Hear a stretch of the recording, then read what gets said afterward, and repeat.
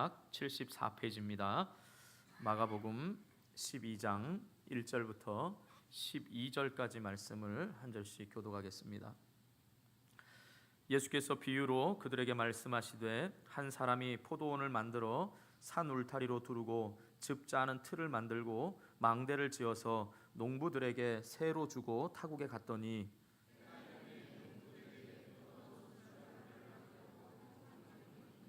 그들이 종을 잡아 심히 때리고 거저 보내었거늘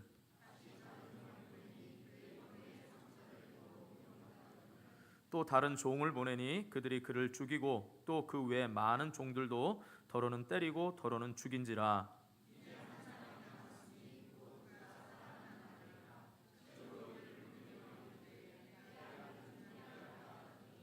그 농부들이 서로 말하되 이는 상속자니 자 죽이자 그러면 그 유산이 우리 것이 되리라 하고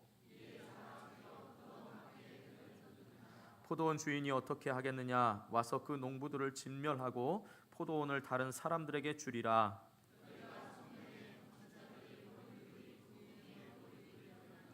이것이 주로 말미암아 된 것이요 우리 눈에는 놀랍도다 함을 읽어보지도 못하였느냐 하시니라.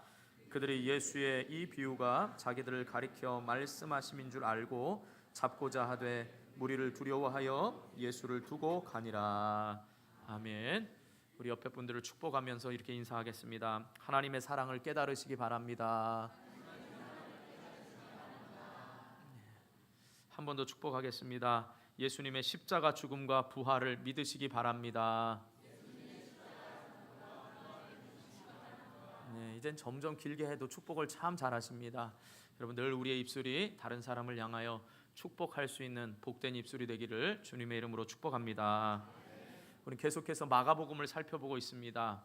그리고 지금 진행되는 과정은 예수님께서 마지막 6월절에 이제 십자가의 죽음을 앞두시고 예루살렘에 입성하셨습니다.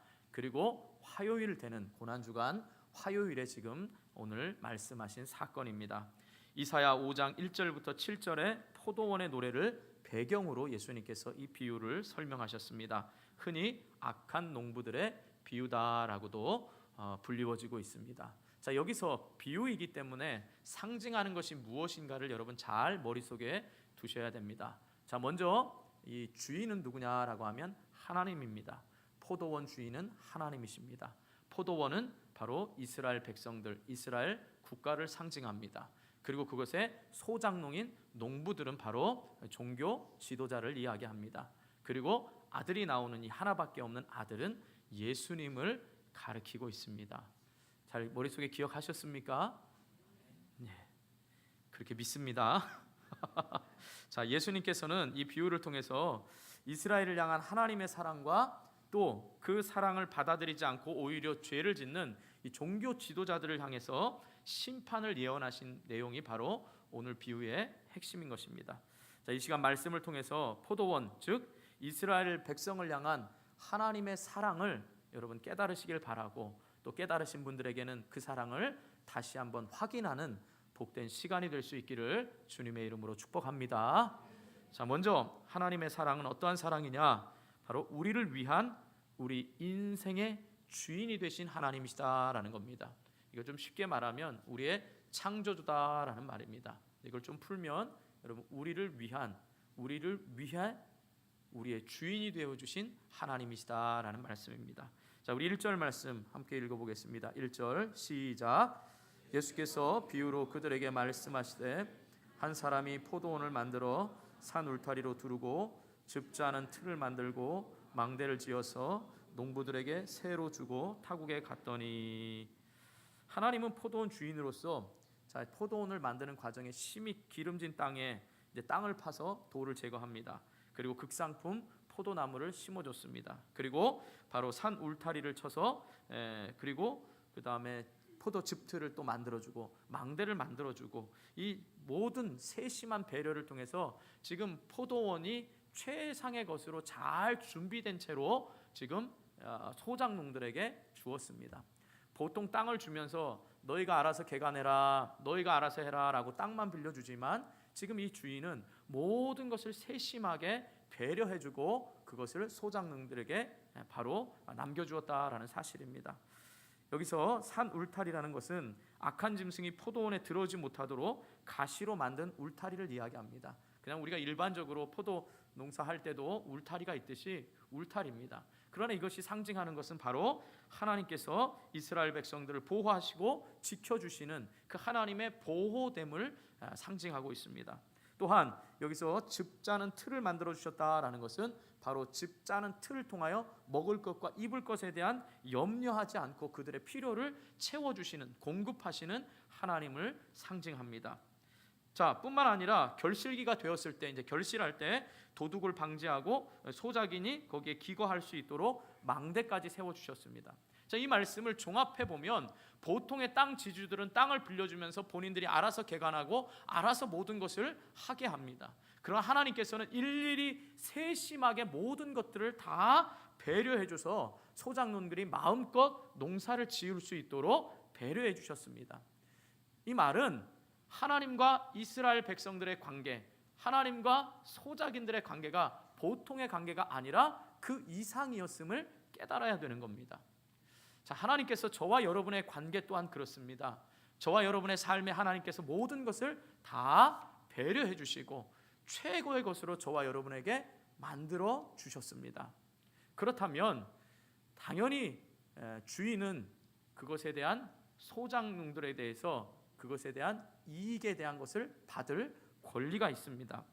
그래서 포도원을 만든 자들은 마땅히 주인이 배려해 주신 이 배려에 대한 당연히 대가를 지불해야 될 의무가 있는 겁니다. 주인은 받을 권리가 있고요. 또 소작인들은 그 소작의 소출을 가지고 주인께 당연히 섬겨야 될 의무가 있는 겁니다. 그게 바로 하나님과 우리와의 관계에 있어서도 하나님이 우리를 창조하시고 우리를 위하여 준비하시고 우리의 주인 되심에 대한 당연한 우리도 표현이 필요한 겁니다. 그래서 주인은 2절에 보면 때가 이름에 농부들에게 포도원 소출 얼마를 받으려고 한 종을 보냈다라고 말씀합니다. 여러분, 헬라어에는 시간을 나타내는 동사 두 가지가 있습니다. 카이로스와 크로노스라는 동사가 있습니다. 크로노스는 일반적인 시간을 말합니다. 이렇게 일반적인 시간이요. 그러나 카이로스는 정확한 그때를 말합니다. 특정한 시간을 말합니다. 쉽게 예를 들면 우리는 주일날부터 월, 화, 수, 목, 금, 토, 어떻게 보면 우리는 일요일을 주일이라 그러잖아요. 주님의 날이라 그럽니다. 근데 정확히 말하면 월요일부터 토요일까지도 다 주님의 날입니다. 그러나 우리가 일요일을 주일로 지킨 것은 안식일 개념에 예수님이 안식 후 첫날, 즉 주일날 부활하셨기 때문에 그날을 기념하여서 우리는 주일날로 지키고 있습니다. 자, 이 말은 모든 날이 다 주님의 날인데 특별히 딱 주님의 부활하신 날을 기념해서 이 날을 주일날로 지켜서 하나님 앞에 특별한 날로 지키고 있다는 겁니다. 그러니까 특별한 시간, 원당교회 2부 예배 시간, 이 시간이 하나님과의 만남의 시간이고 하나님이 은혜 베푸시는 이 시간을 얘기할 때 카이로스다라고 말하는 겁니다. 그러니까 일반적으로 흘러가는 시간의 크로노스가 아니라 하나님이 정확하게 예비해 놓으신 그때가 바로 카이로스라는 시간입니다. 자, 여기서 보면 그러면 이제 때가 이르매라고 말했을 때 이 때가 이르매는 지금 이게 소작농과 주인과의 정확한 계약의 그때를 말합니다. 우리 말 성경에는 없지만 이 카이로 앞에 정관사 토가 붙어서 이때는 그때를 말합니다. 정확히 그때. 그러니까 우리 성경에는 안 나와 있지만 지금 주인이 타국으로 가면서 우리가 언제 이것을 셈하자, 언제 네가 소출이 나올 거라는 그 정확한 때를 이야기합니다. 우리가 짐작할 수 있는 건 여러분 포도 농사 지어보신 분 아시죠? 우리 대고시, 강화도의 대고시 고향인 권사님도 잘 어렸을 때부터 보셨겠는데 포도 나무가 보통 바로 다음에 심어서 바로 다음에 열매를 거둘 수 있나요? 모르십니까? 있나요? 라고 말하는 제 의도를 아시면 없다는 얘기죠. 보통 3, 4년이 걸린다고 합니다. 그러니까 3, 4년 후에 따먹을 수 있는 겁니다. 그렇다면 이 3, 4년의 시간이 지금 지나고 난 다음에 하나님께서 배려해 주신 그 모든 조건들에 마땅히 소작농들이 자기의 수고만 한다면 당연히 그것에 대해서 소출을 기대할 수 있는 바로 그때라는 겁니다. 그리고 정확히 그때에 주인은 종을 보내어서 그 소출을 달라라고 말을 합니다. 그런데 흥미로운 것은 여러분 유대법에는 주인이 보통 일반적으로 절반을 얘기합니다. 이 소출의 절반을 가져갈 수 있고 절반은 소장농의 것입니다. 근데 오늘 본문에 보면 얼마를 달라 그러죠? 제가 답을 벌써 말씀드렸는데 얼마를 달라고요? 얼마요? 예, 얼마를 달랍니다. 예, 지금도 못 알아듣는 분은 성경을 보시면 됩니다. 얼마를 달라고 말하는데 이 히브리 단어에 보면 이 얼마가 아주 조금을 이야기합니다. 많은 양이 아니고요, 조금인 거예요. 그러니까 일반적으로는 주인이 절반을 요구해도 아무런 문제가 없는데 얼마를 달라는 겁니다. 바로 이 이야기는 하나님께서 우리에게 물질이 필요하거나 우리의 소출을 위한 것이 아니라 하나님의 하나님 되심, 즉 이 포도원의 주인이 누구인가를 잊지 말라라는 오너십을, 주인 되심을 분명히 잊지 말라라는 것이 이 말씀의 핵심인 겁니다. 에덴 동산에서 아담과 하와가 잘 살았습니다. 아담은 특별히 모든 짐승들의 이름까지 지어주면서 아마 짐승들이 생각할 때는 야, 에덴 동산에 하나님은 안 보이고 에덴 동산의 주인은 아담일 거야 라고 이렇게 생각할지도 몰랐습니다. 그런데 하나님께서는 동산 중앙에 생명나무와 선악과를 심어 놓으시고 선악과에 대해서는 특별히 따먹지 말라라고 말씀하셨습니다. 왜 따먹지 말라고 했을까요? 그냥 낚싯줄에 요 사람들 요거 잘 순종하나 안 하나 어떻게 하나 매일 그 동산 중앙만 보시고 하나님이 어떻게 하나 이렇게 시험하시려고 했을까요? 아닙니다. 네가 에덴 동산을 다 다스리고 에덴 동산의 짐승들이 다 너를 주인으로 알지라도 너만큼은 이 동산의 주인과 바로 네 인생의 주인이 누구라는 것을 잊지 말아야 되는데 그 누구? 바로 하나님이 에덴 동산의 주인이시고 우리 인생의 왕 되심을 잊지 않기 위해서 선악과를 따먹지 말라 그러신 겁니다. 그렇다면 사랑하는 성도 여러분, 저와 여러분에게 있어서도 하나님이 지금 여러분의 환경이 난 왜 이거야 라고 말하지만 하나님이 모든 환경을 허락하시고 여러분에게 그 환경에 맞는 하나님의 주인 되심의 소출을 우리에게 요구하신다는 겁니다. 여러분의 모든 것을 다 요구하실 수도 있습니다. 아니 절반을 요구하실 수도 있어요. 그런데 주님은 우리에게 얼마만에 조금의 것을 얘기하면서 너희들 인생의 주인이 너희 것이 아니라 너희가 가지고 있는 물질과 시간과 건강이 너희 것이 아니라 하나님의 것임을 인정하는 것을 더 원하신다라는 사실입니다. 그러므로 하나님은 많은 물질을 받으시는 것이 아니라 물질을 드리는 마음을 기쁘게 받으시고 여러분에게서 요구하시는 것은 항상 하나님이 우리 인생의 주인이시라는 이 로드십을 여러분 인정받기를 원하신다라는 사실입니다. 그런데 3절에 보시면 이 종들은 그것을 인정하려고 합니까? 안 하려고 합니까? 3절 말씀 한번 읽어보겠습니다. 3절 시작. 심히 때렸습니다. 종이라고 때린 게 아니죠. 종은 주인을 대표해서 보낸 거니까 주인을 때린 것과 같은 의미입니다. 여기서 빈손으로 보내졌다라는 말은 바로 1차적으로는 거저 보냈다라는 말은 빈손으로 보냈다라는 말입니다. 2차적으로는 의미는 뭐겠습니까? 여러 가지 하나님께서 배려해 주시고 또 그 배려뿐만 아니라 하늘에 비를 내리시고 모든 것을 배려해 주면서도 불구하고 그 주인의 은혜에 헛되이 보답하는 결과를 가져왔다라는 사실입니다. 사랑하는 성도 여러분, 저와 여러분 가운데서도 그 삶의 풍요를 누리고 아니면 지금 내가 다른 사람과 비교해서는 풍요를 누리지 못하지만 여러분이 지금 예배할 수 있고 살아갈 수 있음이 누구의 덕분이라는 것, 누가 우리의 인생의 주인이라는 걸 잊지 마시기를 축복합니다. 바로 내가 주인이라고 할 때, 내가 마음대로 할 수 있다고 할 때부터 우리 인생은 불행이 시작되는 겁니다. 왜냐하면 그것을 지키려고 하기 때문인 겁니다. 내 것이라고 생각하니 처음부터 내 것이 아니면 감사가 넘칠 텐데 내 것이라고 생각하고 내 노력으로 됐다라고 하면 그것을 지키기 위해서 우리는 발버둥 칩니다. 그 결과가 안타깝게도 우리는 이 뒤에 나오겠지만 그 지키려고 하고 가지려고 하는 것 때문에 범죄하게 되고 생명에서 끊어지는 안타까움을 맛보게 된다라는 사실입니다. 그러므로 사랑하는 성도 여러분, 무엇을 여러분이 가지고 있든지 그것의 작은 것이라도 하나님의 것을 인정하며 소출을 기쁨과 감사함으로 드릴 수 있기를 주님의 이름으로 축복합니다. 자, 두 번째로 우리 하나님은 인내의 하나님이시다라는 겁니다. 자, 앞서 말씀드린 대로 종은 누구라 그랬죠? 제가 잘 기억하라 그랬죠. 종은 누굽니까? 상징적으로 선씨입니다. 끝에는 자로 끝납니다. 여자라고 생각하지 마시고 누구요? 선지자입니다. 선지자. 종을 보냈습니다. 그런데 이 종이 어떻게 했죠? 맞고 돌아왔어요. 일반적으로 여러분 그때 계약한 그때에 지키지 않습니다. 그러면 지주가 어떻게 하겠습니까? 너하고 계약 해지한다. 당장 나가라 이렇게 말할 수 있지요.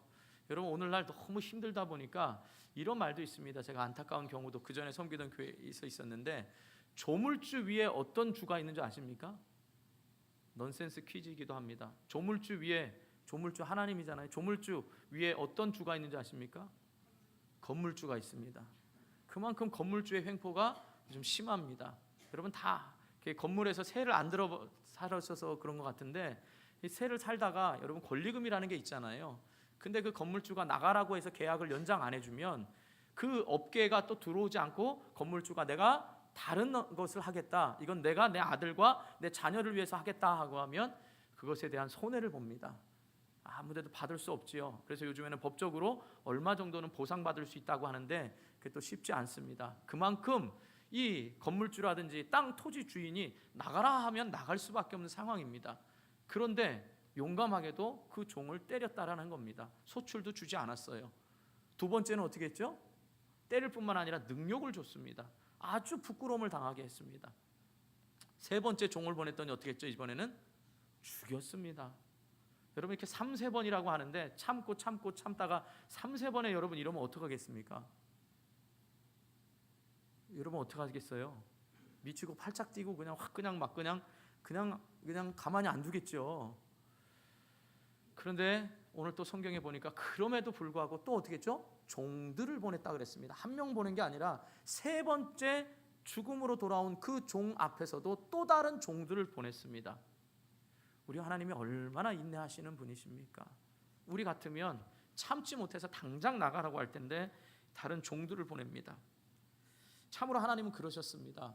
이스라엘 백성들을 향하여서 수많은 구약의 선지자들을 보내셨고 그 선지자들을 통하여서 하나님께로 돌아오라고 얘기했고 그 돌아옴이 바로 하나님께 돌아옴이 복이기 때문에 얘기했고 또 신약에는 예수 그리스도가 메시아라는 걸 끊임없이 알려주었습니다. 그 마지막이 누구였죠? 세례 요한입니다. 그러나 세례 요한까지도 그들이 잡아서 죽였습니다.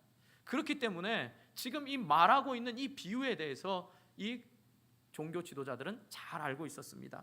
그래서 12절에 보면 그들이 예수의 이 비유가 자기들을 가리켜 말씀하신 줄을 깨달았습니다. 자, 이쯤 되면 깨달아야 되는데 깨닫지를 못합니다. 그러나 바로 이 예수님은 인내하시는 우리 하나님은 계속해서 인내만 하시는 분이 아니라 반드시 심판의 하나님이라는 것도 여러분 아셔야 합니다. 바로 그때가 언제냐? 예수님이 죽임 당하시고 마지막 아들까지 보냈는데 그 아들까지도 죽임 당하셨을 때 그 주인이 참지 못하고 그 모든 밭을, 그 포도원을 다른 사람에게 넘겨주는 것이 9절 말씀입니다. 자, 그렇기 때문에 세 번째 하나님은 인내하시는 하나님일 뿐만 아니라 심판하시는 하나님이시라는 걸 꼭 잊지 말아야 됩니다. 9절 말씀 한번 읽어보겠습니다. 9절 다 같이 시작.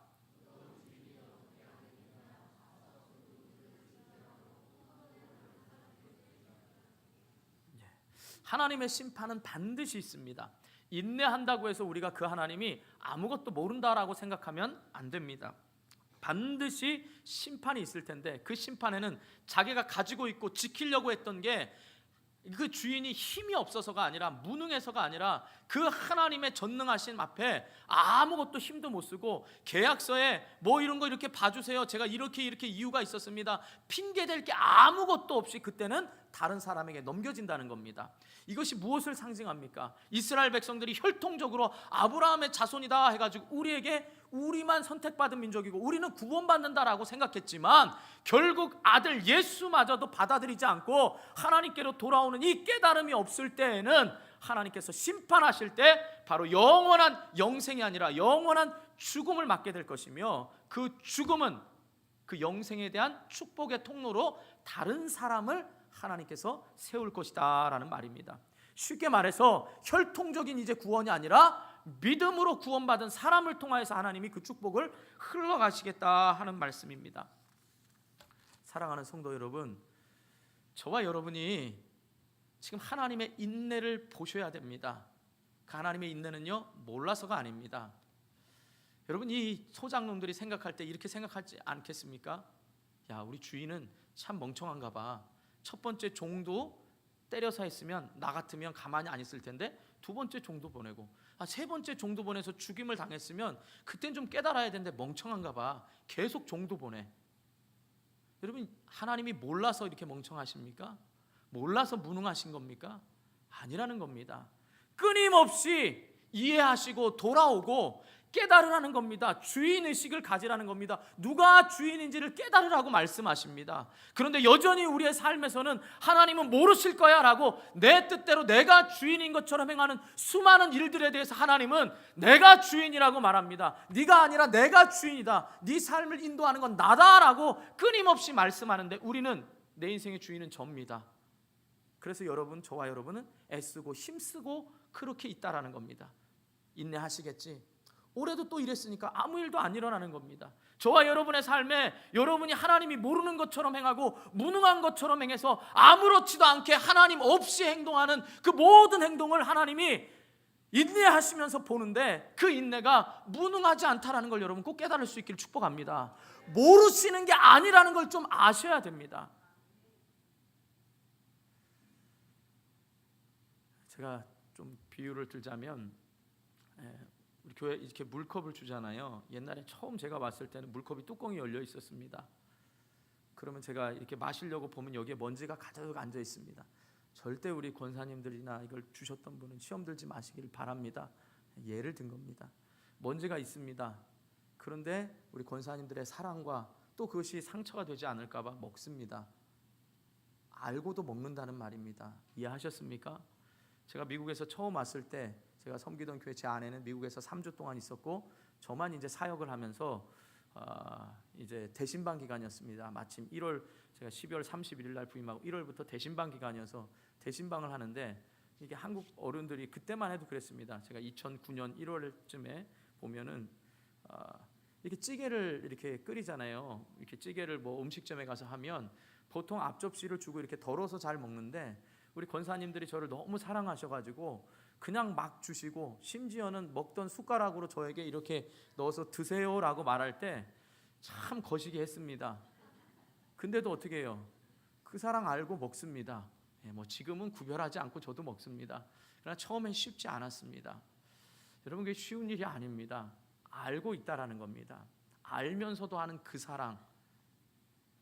저와 여러분의 신앙의 모습들 알고 있습니다. 제가 여러분 다는 모르더라도 여러분의 삶의 모습만 봐도 압니다. 제가 오늘 봄옷을 처음 입었습니다. 저는 모든 일에 저희 어렸을 때부터 저희 부모님이 보여주신 신앙은 뭐냐? 모든 첫 것, 구약에 나오죠. 첫 열매는 하나님의 것이라고. 모든 첫 것은 주일날 예배드릴 때 모든 옷도 모두 뭐 심지어 속옷, 양말도 모든 첫 것은 다 주일날 시작을 합니다. 그럼 이게 옳은 게 아닙니다. 이 의 때문에 이렇게 나올 수 있는 거 아닙니다. 제가 말하는 건 뭐냐? 여러분, 저와 여러분의 삶에 하나님이 모르시는 게 없는데 여러분이 이렇게 드리는 이 예배를 가장 최상의 예배로 받으시는 건 모르셔서가 아니고요. 예수님의 보혈 때문에, 예수님 때문에 하나님이 아시면서도 여러분의 예배를 최상의 예배로 받으시는 겁니다. 그 사랑을 깨달을 수 있기를 바랍니다. 여러분, 아무렇게나 오고 정말 아침에 실컷 싸우고 오고 신경질 빡빡 내고 오고 불평하고 오고 원망하고 오는 모든 것 주님이 모르시는 게 아니라요, 아시면서도 그 예수님 때문에 여러분을 인정하시고 받아들인다는 사실입니다. 그러니까 제가 주일날 저것 입거나 이런 의로는 하나님 앞에 나올 게 아무것도 없습니다. 그럼 제가 비교해서 여러분 가운데 정말 그런 마음으로 오십니까? 아니면 여러분 가운데 그런 정말 하나님을 사랑하는 마음으로 오십니까? 일찍 일어나서 오늘 주신 말씀을 기도하면서 기대하면서 오십니까? 라고 물어볼 때 그것이 의가 아니라 사람끼리 비교할 때도 이 정도라면 하나님 앞에 설 때에 저와 여러분이 예배드리는 이 모습이 얼마나 하나님 보시기에 여러분이 합당하냐 이 말인 겁니다. 다른 사람은 비판할 줄 알면서 하나님 앞에 자기 자신을 볼 때 얼마나 형편없고 얼마나 자기 소출인 줄 알고 하나님께 마땅히 드려야 될 걸 드리지 않고 있는 저와 여러분을 향하여서 하나님은 마땅히 약속한 그때를 달라라는 겁니다. 네 인생의 주인이 나라는 걸 인정하면서 이 시간 찬양하라는 겁니다. 이 시간 그것을 감사하라는 겁니다. 이 시간 많고 적음이 아니라 그 하나님을 인정하면서 예배를 드리라는 겁니다. 그런데 여러분의 삶의 중심은 맨날 우리 중심이다 보니까 내가 판단하고 내가 비판하고 내 뜻대로 안 되면 내가 다 판단하고 교회를 판단하고 다니는 겁니다. 먼저 중요한 것은 하나님의 오너십, 하나님의 주인 되심에 이 바로 로드십을 인정할 수 있기를 축복합니다. 그렇기 때문에 마지막 하나님의 최고의 사랑은 바로 하나뿐인 아들 예수님을 포도원에 보내신 이 사랑이 바로 하나님의 절정의 사랑인 것입니다. 여러분 한번 생각해 보세요. 세 번째 종부터 죽고 그 다음 종부터는 맞거나 죽거나 했습니다.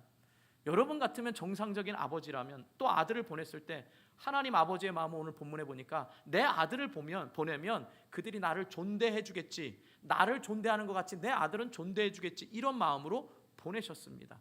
그런데 이게 저와 여러분의 인생의 경험에 보시면 인생이 50부터는 고집이 점점 쌓여간다 그러는데 여러분 50 이상 되신 분만 대답해 보세요.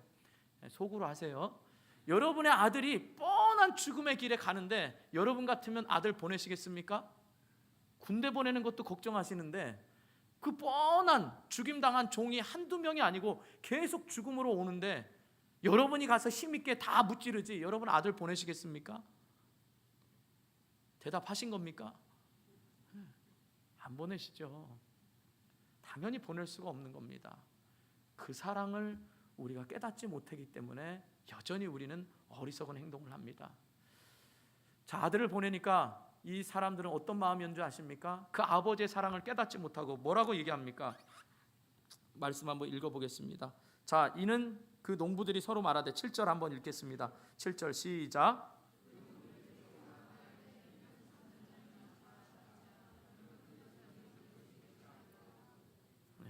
상속자인 줄 알았습니다.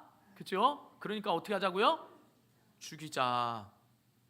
정말 엄청난 일을 합니다. 그러니까 하나님의 주인 되심을 인정하지 못하니까 자기 거라고 생각하니까 이 자기 것을 주기가 아까운 겁니다. 또 당시에 이 유대 법에는 뭐가 있냐면요, 당시에는 상속자가 없는 땅이 3년 동안 주인이 소출의 이익을 받아가지 않으면 그 경작지가 소작인의 소유가 되는 법이 있습니다. 그러니까 3년 동안 소출이 있음에도 불구하고 그 소출을 받아가지 않는, 그건 뭐겠습니까? 이 밭에 대해서 관심이 없거나 아니면 주인이 죽었거나 뭐에 대해서 모르니까 3년 동안 소출을 받아가지 않으면 자기께 되고, 또 그 소작, 그러니까 그 토지를 이어받을 상속자가 없으면 자기께 됩니다.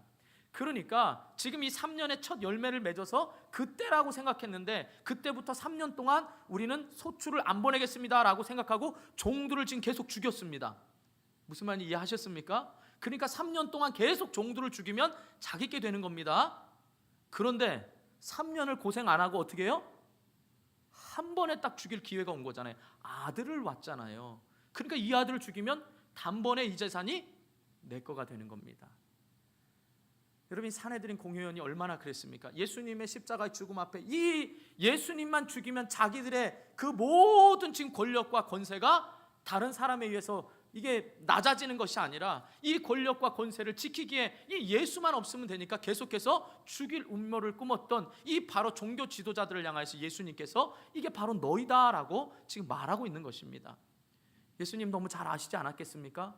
지금 이 얘기를 하신 이야기는 곧 있으면 어떻게 됩니까? 예수님이 이 죽임을 당하고 그 다음에 보면 어떻게 해요? 죽여 포도원 밖에 내던져진다는 겁니다. 예수님이 이것을 말씀하실 때는 예수님이 어떻게 될 것이라는 걸 아셨습니다. 그 아심에도 불구하고 마지막 순간까지 이 비유를 들으면서 너희의 삶의 지금 마지막 그 구원의 희망까지도 놓지 말아라고 말하는 이 말씀을 깨달을 수 있기를 축복합니다. 저와 여러분에게도요, 계속 이 말씀이 들려져서 너희 것이 아니다, 인생이 너희 것이 아니다, 너희들의 소출의 얼마를 가져와라 라는 주인 되심을 끊임없이 말했는데도 여러분의 것을 안 놓으려고 합니다. 우리는 우리 것을 지키려고 해요. 한 해 두 해 기다립니다. 근데 주님은 마지막까지도 이 말씀을 하시면서 어떻게 죽임을 당할 것을 아시면서도 마지막까지 이 비유를 통해서 돌아서기를 원하는 이 주님의 심정. 그러니까 여러분, 하나님이 우리를 향하여서 책망은 책망이 아니에요. 돌아오시기를 위한 우리의 사랑임을 좀 깨달으시길 축복합니다.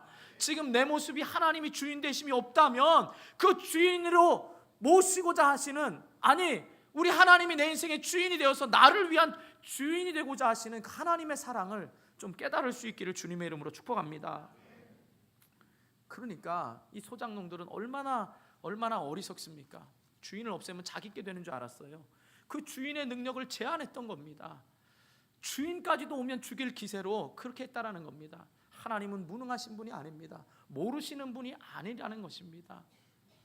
그렇게 해서라도 우리를 사랑해 주시는 그 주님의 사랑이 오늘 저와 여러분에게 있어서는 어떻게 하시는 줄 아십니까? 하나님, 승철이 부족해요. 연약해요. 그렇기 때문에 아버지 제가 대신해서 십자가에 죽었잖아요. 용서해 주세요. 이해해 주세요. 조금 더 기다려 주세요. 제가 이 승철이를 위해서 기도할 테니까 주님 조금만 더 하나님 기다려 주세요. 이렇게 지금도 하나님 보좌 우편에서 우리를 위하여 간구하시는 분이 예수님이세요. 그러니까 여러분 붙들고 계시는 거 여러분의 의가 절대 아닙니다. 목사의 눈에 보이는 여러분을 다 판단하면 그럼 어떻게 하겠습니까? 제가 좀 시간을 잘 지키려고 하는 편입니다.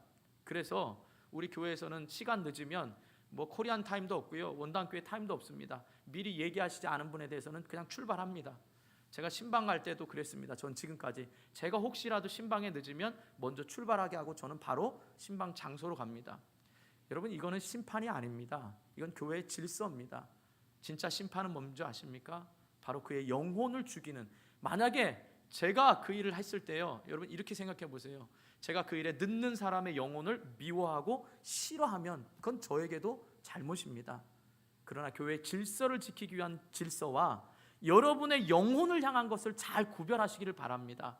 오늘 하나님의 말씀 가운데도 여러분의 영혼을 향한 하나님의 말씀과 여러분이 지켜야 될 어떤 공적인 질서와를 잘 구별하시기를 바랍니다. 뭐 주차 그거 문제, 그건 여러분의 영혼에 대한 문제가 아닙니다. 그것은 배려예요. 진짜 우리에 대한 영혼에 대한 거는요, 여러분이 예배하면서도 이 예배의 대상자이신 하나님의 주인 되심을 인정하지 않고 이 자리에 있는 게 그게 바로 안타까움입니다. 하나님이 끊임없이 여러분에게 말씀하시는데도 그 말씀을 거부해서 내 삶의 바운더리, 내 삶의 규칙적인 이 삶을 하나님을 위한 삶으로 안 돌아서려고 하는 이 고집스러움이 바로 죄인 겁니다. 여러분 이것을 잘 깨달을 수 있기를 축복합니다. 예수님은 이 이야기를 하면서 너무나 마음이 아팠습니다.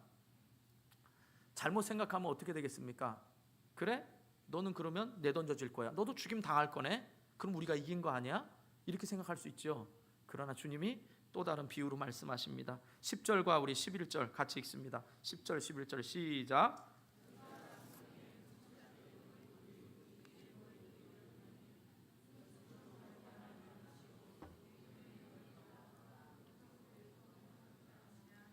예, 이 말을 들어보지 못했느냐? 이 말이 어느 말이냐면 시편 118편 22절과 24절에 다윗의 시 속에 나오는 말을 인용하십니다. 자, 우리 화면을 보고 함께 읽어보겠습니다. 시편 118편 22절부터 24절입니다. 같이 읽습니다. 시작.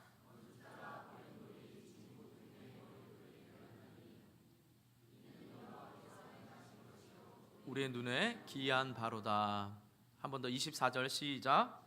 이날은 여호와께서 정하신 것이라 이날에 우리가 즐거워하고 기뻐하리로다. 아멘. 자, 이것은 다윗이 이제 압살롬 아들의 반역으로부터 도망갔습니다. 시므이라는 종은 바로 다윗을 조롱했지요.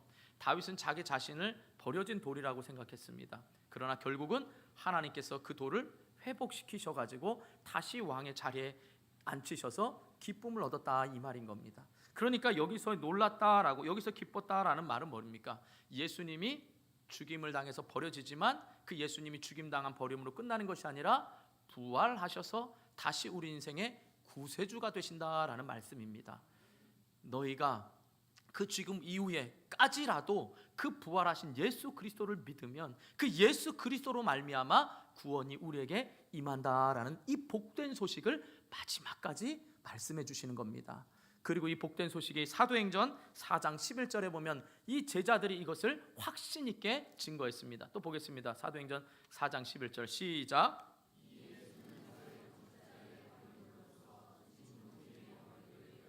12절 보겠습니다. 이걸 알고 여러분들이 이 말씀을 잘 압니다. 시작.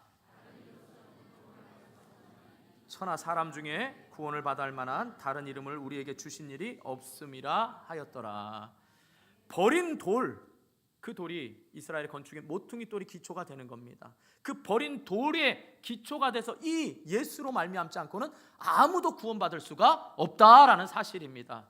너희가 믿는 그 율법, 너희가 믿는 종교 의식, 그게 아니라 너희들이 메시아를 받아들이지 않는 이 메시아인 예수 그리스도가 밖에 버림받아 되었지만 다시 살아나셔서 이 살아난 이 부활하신 예수 그리스도가 모든 사람들에게 구원자가 되시고 생명의 구주가 되신다라는 사실입니다. 이것을 너희가 마지막까지 깨달으라 라고 말씀하고 계시는 겁니다. 사랑하는 성도 여러분, 저와 여러분에게 있어서 진짜 구원자가 누구십니까? 예수님이신 걸 믿으십니까?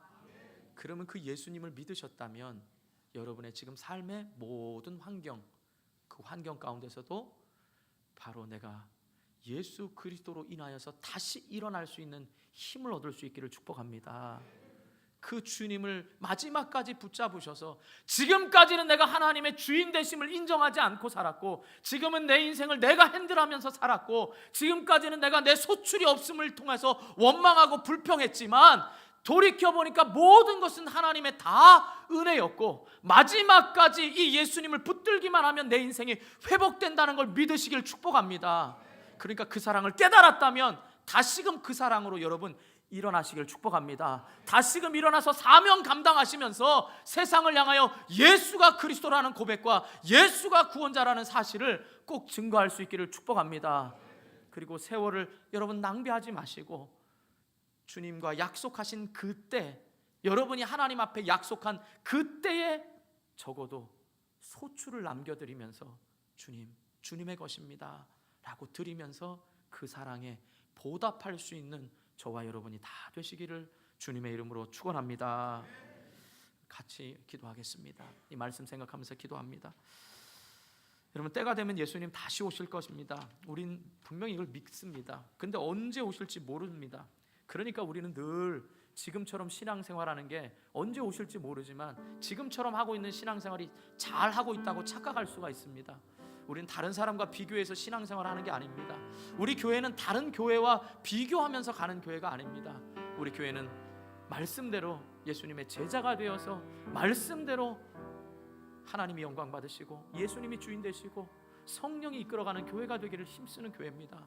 여러분, 우리 교회에서 신앙생활을 하기를 원하고 또 우리 성도가 됐다면 주님의 주인 되심, 이 로드십을 인정하면서 내 인생에 마땅히 드려야 될 소출을 주님께 기꺼이 드리면서 그것을 기뻐하면서 신앙생활을 할 수 있도록 그렇게 여러분 고백하시며, 아직도 내 인생을 내 것이라고 생각하는 그 모든 것들을 하나님 앞에 고백하시면서 우리 말씀 생각하면서 주님 한번 부르고 간절히 기도하도록 하겠습니다.